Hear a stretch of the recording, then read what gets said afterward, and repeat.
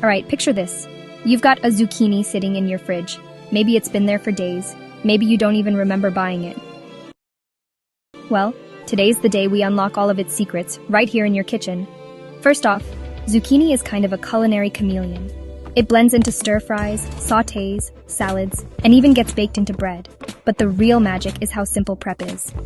Just rinse it, chop off both ends, and you're basically good to go. No peeling needed. Seriously, that thin skin is loaded with nutrients. Now my favorite way? A quick sauté. Slice it into half moons, toss it into a hot pan with olive oil, garlic, and a pinch of salt.